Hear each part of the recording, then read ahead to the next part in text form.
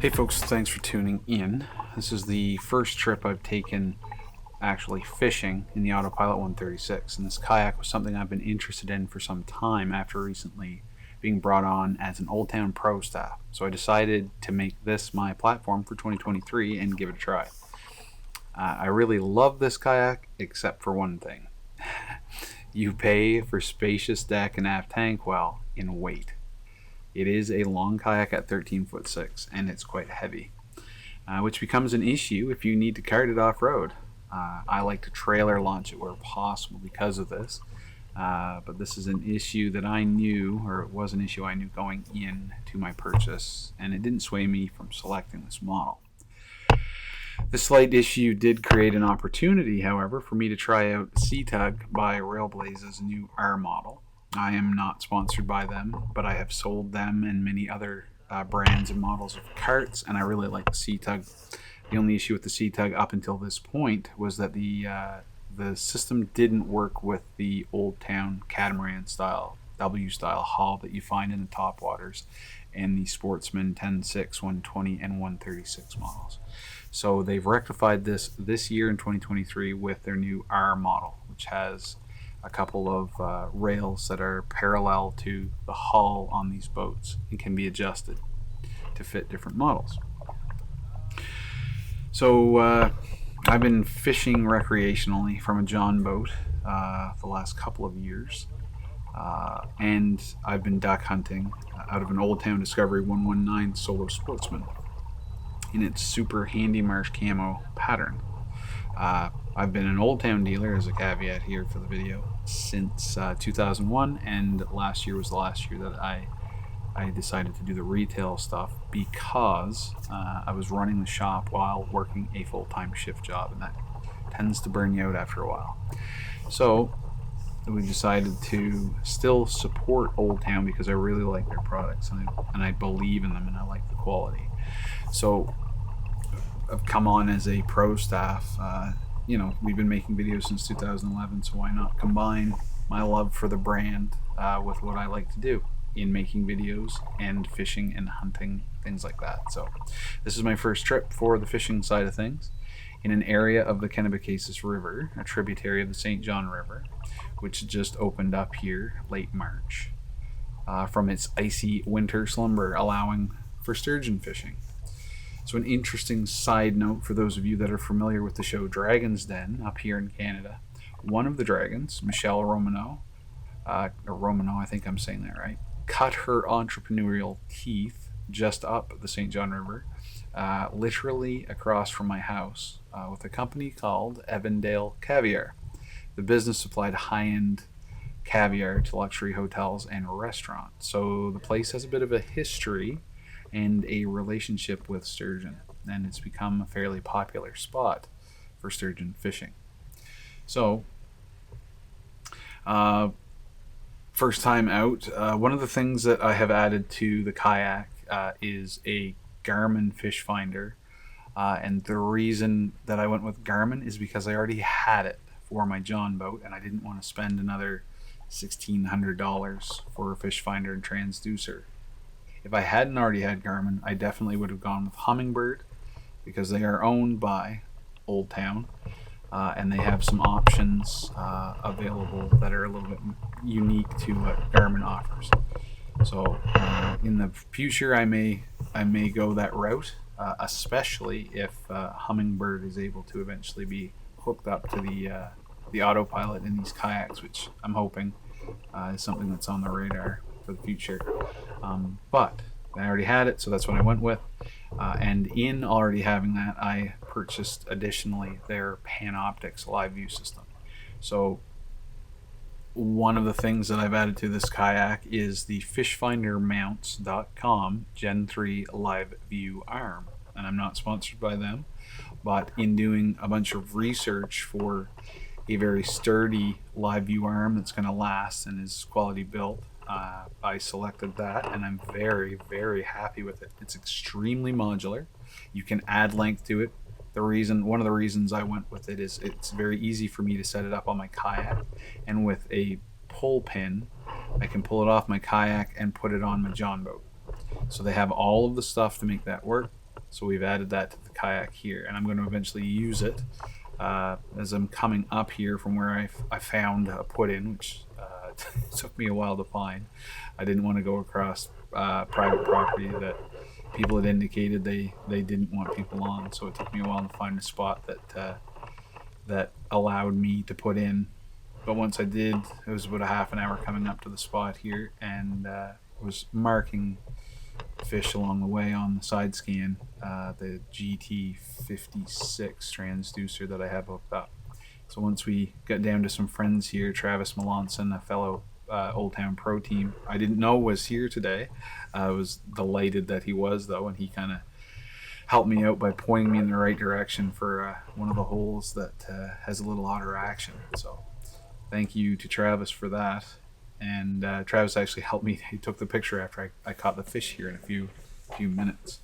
But yeah, so it was successful, as you're going to see here, in catching a sturgeon, and a decent sized one. Not by no means not a monster, but for my first sturgeon, I was really happy. My bump board's only 32.5 inches, and it was over the bump board by between 4 and 6 inches. So a decent sturgeon. So this allowed me to try out a fair bit of the gear that I have installed over the winter to try and set this up.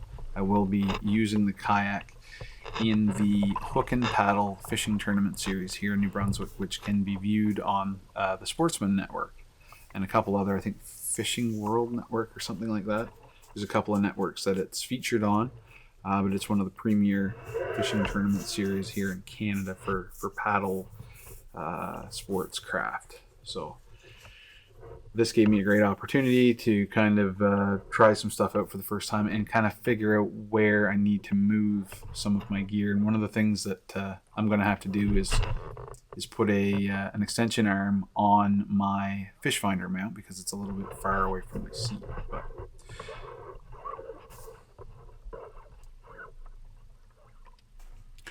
one of the huge benefits to the autopilot system is its ability to spot lock, wherein you basically anchor the kayak via GPS through the Minn Kota motor by pressing a single button on your little remote. And what that allows you to do is stay in one spot regardless of wind or current up to a maximum, obviously, which the capability of the motor. But here in the Kennebecasis, we had I believe it was ebb tide, and I had wind coming from the south. So I had wind against tide. The kayak was being manipulated more by the wind because I was up out of the water a bit more.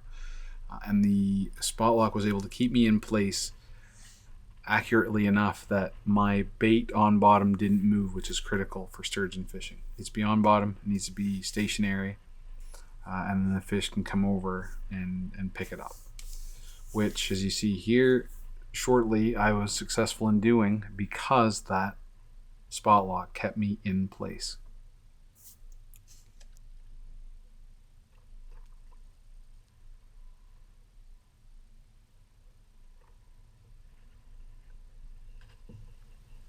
Yeah, buddy. Yep. Holy jumping.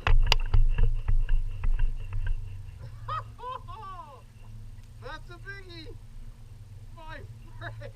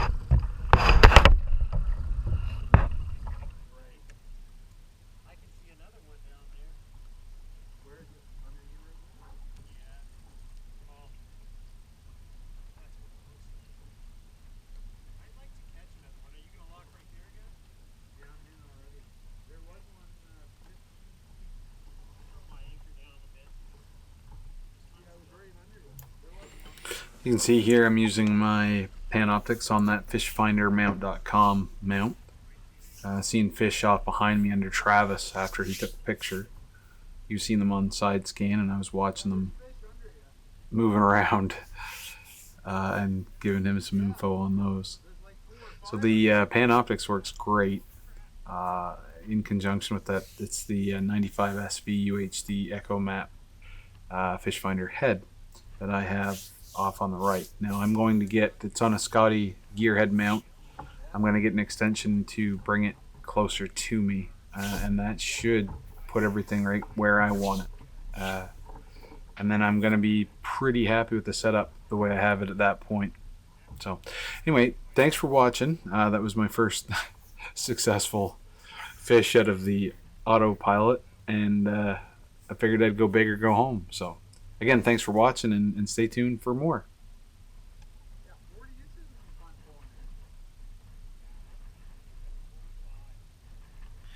Thanks for watching. If you like what you watched, please subscribe to our channel. We're working very hard to make meaningful content like this for you. Also, hit the bell button down in the corner to get live updates as we upload content. If there are paddling or outdoor related subjects you'd like us to cover, please contact us. We would love to cover them for you. And if you're looking for really cool outdoor and paddling related pictures, please check out our Instagram feed and subscribe there too if you like what you see. Thank you very much. Bye.